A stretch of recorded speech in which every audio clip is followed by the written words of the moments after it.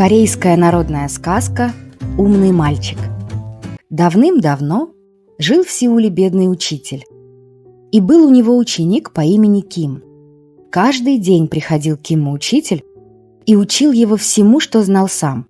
Ким и учитель очень любили друг друга. Зато мать Кима не любила учителя и плохо кормила его. Одну только кашу давала. Вот как-то раз Ким и спрашивает: «Почему, мама, учителя только кашей кормишь?» А мать и отвечает: «Чем же его еще кормить? Если бы он ученый был, а то так, учителишка». Обидно мальчику стало за учителя, и решил он доказать матери, что учитель его большой мудрец и все знает. Прокрался он ночью в кухню, собрал все миски, что в доме были, отнес их на берег ручья и в песок закопал. Утром пришла мать в кухню, ни одной миски нет. Стала она бегать по дому, миски искать. Ищет, никак найти не может. А Ким и говорит учителю: «Миски на берегу ручья зарыты. Так матери и скажи, если спросит». А мать в самом деле к учителю прибежала. «Сын мой все хвалит вас. Говорит, мудрец вы большой. Если правда это, может, найдете миски, что ночью из кухни пропали?» Сделал учитель умное лицо, затеребил бородку, будто задумался, а потом и говорит: «Их и искать нечего. Они на берегу ручья в песке зарыты». Побежала мать Кима на берег ручья и песок разгребать. Скоро раскопала она свои миски. Схватила их обеими руками, изо всех сил к себе прижала, как бы не отнял кто, и домой побежала. Вечером вышла мать Кима за ворота, стала соседям про мудрого учителя рассказывать. Он все на свете знает, любую драгоценность найти может. От него ни один вор не уйдет. Слушают соседи, удивляются.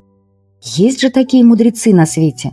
Скоро о мудреце вся улица заговорила, а потом и весь город. Докатилась молва и до великого Вана. Удивился Ван. Всех мудрецов знает, а про этого и не слыхал даже. Велел он пригласить мудреца во дворец. Испугался учитель. «Ну какой я мудрец?» – думает он. «Что я Вану скажу?» Однако делать нечего. Нельзя Вана ослушаться. Пришел он во дворец, поклонился Вану, а Ван и говорит: «Сразу видно, что ты великий мудрец. Ступаешь ты плавно, как мудрецу положено, глаза твои в глубоком раздумье закрыты». А бедный учитель от страха слова сказать не может, глаза открыть боится. Страшно на Вана взглянуть. Помолчал Ван, подождал ответа, молчит учитель. Тогда Ван и говорит: «У сына неба, соседа нашего, украли яшмовый ларец. Всю Поднебесную обыскали китайские мудрецы. Ничего найти не могли. Вот сын неба и попросил меня прислать в Китай самого мудрого из всех моих мудрецов. Поезжай-ка ты в Поднебесную, сыщи ларец. Не разыщешь, велю отсечь тебе голову». Опечалился бедный учитель. Пришел он к Киму и говорит: «Напрасно мы подшутили над твоей матерью, Ким. Не сносить мне теперь головы». Рассказал обо всем мальчику. Задумался Ким. «Неужто из-за меня погибнет учитель? Надо спасать его». «Давай я с тобой поеду», — предложил он. «Глядишь, что-нибудь и придумаем». На то мы порешили. Сказал Ким отцу, что хочет Поднебесную посмотреть. Отец и отпустил его вместе с учителем. Приехали учитель с Кимом в Китай. Видят, собралось на площади народу великое множество. Каждому на корейского мудреца посмотреть хочется. Вышел вперед важный сановник и передал учителю приказ императора: за 15 дней найти яшмовый ларец. Ничего не сказал учитель, поклонился только. А сановник повел его в богатый дом. «Если что нужно, скажи. Ни в чем тебе отказа не будет». Еще раз поклонился учитель и молвил почтительно: «Со мной вместе любимый ученик приехал. Кимом его зовут. Скажи, господин, чтобы его ко мне допустили. Он мой первый помощник». Вышел сановник на улицу, а Ким у ворот стоит, о Корее зевакам рассказывает.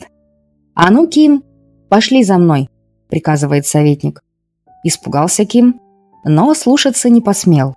Пошел он за сановником, а тот его прямо к учителю привел. Сели учитель с Кимом друг против друга, стали думать, как ларец отыскать.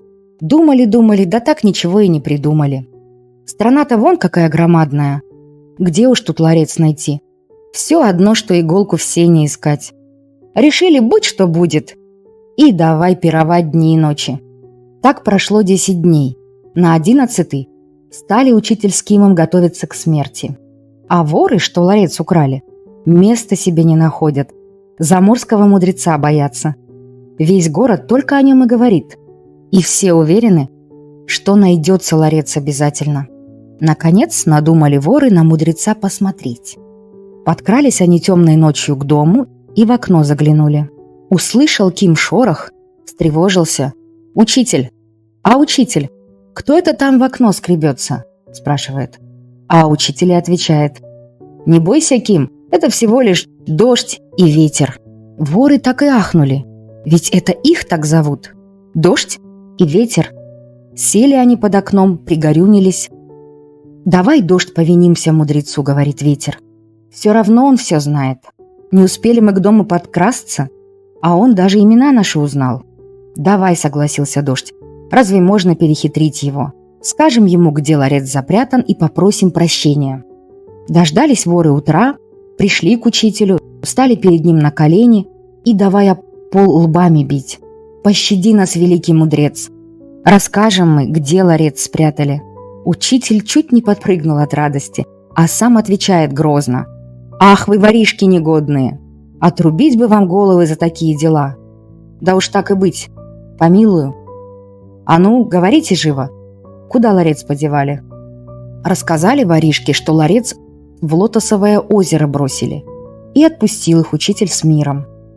На другой день пришел учитель во дворец, поклонился императору и сказал: «Знаю я, сын неба, где твой ларец. Собери-ка побольше людей, довели им Лотосовое озеро вычерпать. Там на дне ларец и лежит». Собрал император своих подданных и приказал им Лотосовое озеро вычерпать. Стали подданные воду черпать.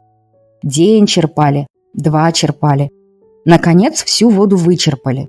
Смотрит император, на дне яшмовый ларец лежит. Обрадовался он. Схватил поскорее ларец и бегом во дворец побежал. В самую дальнюю комнату ларец запереть. А учитель с Кимом и подавно рады. Скоро домой поедем, думают. Думать-то они думали, да только не так все получилось.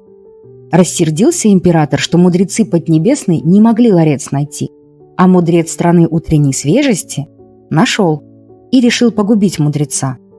Позвал он к себе учителя и сказал: «Раз ты такой мудрый и все можешь, достань ко мне с неба солнце. Хочу поглядеть, какое оно вблизи. Не достанешь — отрублю тебе голову. Даю 15 дней сроку». Опечалился учитель. Рассказал обо всем Киму. Заплакали они оба и стали смерти ждать. И то сказать, разве есть на земле хоть один человек, что солнце достать может? Плакали они, плакали, а потом Ким и говорит: «Что зря плакать, учитель? Поживем лучше пока в свое удовольствие. Тогда и смерть не так уж страшна будет». Согласился учитель, и снова устроили они пир на весь мир. 14 дней пировали, а на 15-й Ким хитрость придумал. Рассказал он о ней учителю, а тот обрадовался. «Молодчина, Ким! Здорово мы их проведем!» Пришел учитель к императору и говорит: «Дай мне, сын неба, лестницу, и пусть она будет длиной в 100 ли. Достану я тогда тебе солнце». Собрал император всех своих подданных, и сделали они лестницу в 100 ли длиной. Привезли лестницу на площадь, прислонили к дворцовой стене. Подошел к ней учитель, оглядел толпу, что поглазеть на великое чудо собралась, и наверх полез. Лез он, лез, а потом посмотрел вниз, да как закричит: «Эй, Ким, что ж ты стоишь? Беги поскорее отсюда, сейчас солнце снимать буду. Весь город оно сожжет». «Ой-ой-ой!» – завопил Ким и наутек пустился. А за ним весь народ побежал. Шум поднялся несусветный. Испугался император. Мудрецы Поднебесной не могли ларец найти, а он смог. Вдруг он и впрямь солнце с неба снимет. Что тогда делать? Подумал так император и закричал во все горло: «Эй, мудрец, я передумал, не надо солнце снимать. Не хочу я на него вблизи смотреть. Пусть себе на небе висит». «Ну уж нет», — отвечает учитель. «Велел ты мне солнце снять, получай», — сказал он так и снова наверх полез. «Не надо, мудрец», — опять кричит император. «Не снимай солнце. Я тебе все, что хочешь, дам. Только вниз спустись». «Ладно уж, так и быть», — сказал учитель и вниз слез. Одарил император учителя богатыми подарками, и учитель с Кимом домой воротились. С тех пор дружба их еще крепче стала.